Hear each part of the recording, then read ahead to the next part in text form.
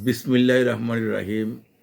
আমি মোহাম্মদ খুরশেদ আলম, অ্যাডভোকেট, ঢাকা আইনজীবী সমিতির সাবেক সাধারণ সম্পাদক, সাবেক সভাপতি, বিএনপি কেন্দ্রীয় কমিটির সহায়ক সম্পাদক। দেশনেত্রী বেগম খালেদা জিয়া 3 বারের প্রধানমন্ত্রী ইন্তেকাল করেছেন। আমরা সবাই শোকাভিভূত, সারা জাতি সুখে মজ্জবান। তাকে আমি চিনি সেই 1983 সালে যখন উনি রাজনীতিতে আসেন, তখন থেকে তার সংস্পর্শে ছিলাম। এরশাদ বিরোধী সকল আন্দোলনে উনি ছিলেন আপোষহীন। উনি বলেছিলেন যে এই স্বৈরাচারের অধীনে আমি কোনো নির্বাচনে যাব না। উনি তা অক্ষরে অক্ষরে পালন করেছিলেন। তার আপোষহীনতার কারণে এবং কঠিন আন্দোলনের প্রেক্ষিতে এক পর্যায়ে 90 সালে এরশাদের পতন হয়। তারপর জাতীয় নির্বাচন হয়। ওনার নেতৃত্বে বাংলাদেশ জাতীয়তাবাদী দল বিপুল ভোটে জয়লাভ করে উনি রাষ্ট্রীয় ক্ষমতায় আসেন। উনি দেশের সেবা 5 বছর করেছেন।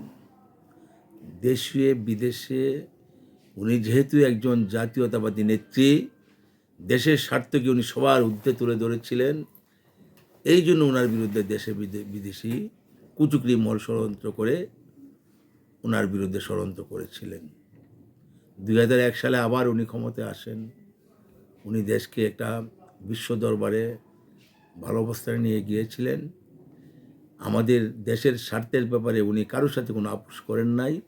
প্রতিবেশীরা যখন আমাদের বিরুদ্ধে অন্যায়ভাবে এই দেশের স্বার্থ নিয়ে ছিনিমিনি খেলছিল, উনি ফারাক্কাবাদ সহ এই দেশের সকল স্বার্থের প্রশ্নে কোনো অবস্থাতেই ছাড় দেন নাই।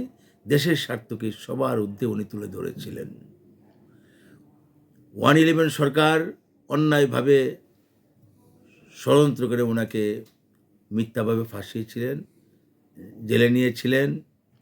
তারপর স্বৈরাচারিণী শেখ হাসিনা যখন দেশে বিদেশের ষড়যন্ত্রের মাধ্যমে এবং 111 সরকারের পৃষ্ঠপোষকতায় ক্ষমতায় আসেন, তখন দেশনেত্রী বেগম খালেদা জিয়ার বিরুদ্ধে এই শেখ হাসিনা অন্যায়ভাবে মিথ্যাভাবে ওনাকে মামলার কাঠগড়ায় দাঁড় করান। উনি কোনো ষড়যন্ত্রের কাছে মাথা নত করেন নাই।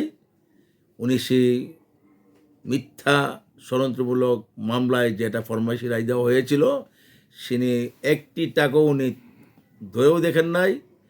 শুধুমাত্র সোনালী ব্যাংক থেকে প্রিমিয়ার ব্যাংকে টাকাটা নেওয়ার ব্যাপারে উনি বলে দিয়েছিলেন, কারণ ওইখানে ব্যাংকে টাকাটা দ্রুত বৃদ্ধি পেত।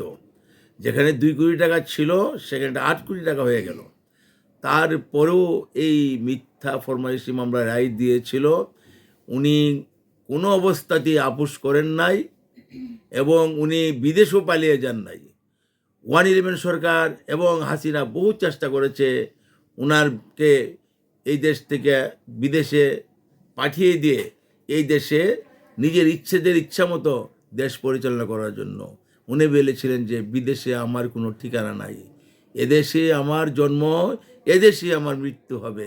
উনি আমৃত্যু দেশের স্বার্থ নিয়ে উনি কাজ করেছেন। এই স্বার্থকে বিদেশিদের হাতে উনি তুলে দেন নাই।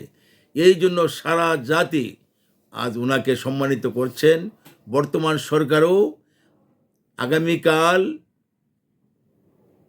রাষ্ট্রীয় শোক ঘোষণা করেছেন এবং সরকারি ছুটি ঘোষণা করেছেন। 3 দিন ব্যাপী শোক পালিত হবে সরকারের পক্ষ থেকে, বিএনপির পক্ষ থেকে 7 দিন। উনি এদেশের মানুষের মণিকোঠায় উনি যেরকমভাবে প্রবেশ করেছিলেন, যেইভাবে ওনাকে সারা জাতি স্মরণ করছে, আমি মনে করি এই দেশ এবং এই দেশের মানুষ যতদিন বেঁচে থাকবেন ওনাকে স্মরণ করবেন। উনি আমাদের মাঝে চিরস্মরণীয় হয়ে থাকবেন। ধন্যবাদ। শহীদ রাষ্ট্রপতি জিয়াউর রহমান মারা যাওয়ার সময় বলেছিলেন যে এই দলটি আর টিকবে না, কিন্তু দেশনেত্রী বেগম খালেদা জিয়া যেই রকমভাবে এই সংগঠনকে সংগঠিত করেছিলেন তার ফল বিএনপি পেয়েছে, বিএনপি সমর্থিত নেতাকর্মীরা সমর্থকরা পেয়েছে। আজ দেশনেত্রী আমাদের মাঝে নাই, তার সুযোগ্য উত্তরসূরি, তার সুযোগ্য একমাত্র ছেলে দেশনায়ক তারেক রহমান হাল ধরেছেন। ইতিমধ্যেই উনি দল মত নির্বিশেষে সবার কাছে গ্রহণযোগ্য হয়ে উঠেছেন। উনি বলেছেন যে আমরা কোনো অবস্থাতেই কোনো ধরনের আমরা বৈষম্যমূলক আচরণ করব না, আমরা প্রতিশোধ পরায়ণ হব না, প্রতিহিংসা পরায়ণ হব না। আমরা সমস্ত জাতি মিলে আমরা একসাথে ঐক্যবদ্ধ হয়ে দেশকে এগিয়ে নিয়ে যাব। এবং উনি এই বিএনপিকে তৃণমূল পর্যায়ে সংগঠিত করেছেন। ইনশাল্লাহ বিএনপি ওনার নেতৃত্বে, তারেক রহমানের নেতৃত্বে আরও সমৃদ্ধ হবে, আরও শক্তিশালী হবে এবং আগামী নির্বাচনে দেশনায়ক তারেক রহমানের নেতৃত্বে এই জাতি ধানের শীষে ভোট দিয়ে বিএনপিকে জয়যুক্ত করবে বলে আমি আশাবাদী।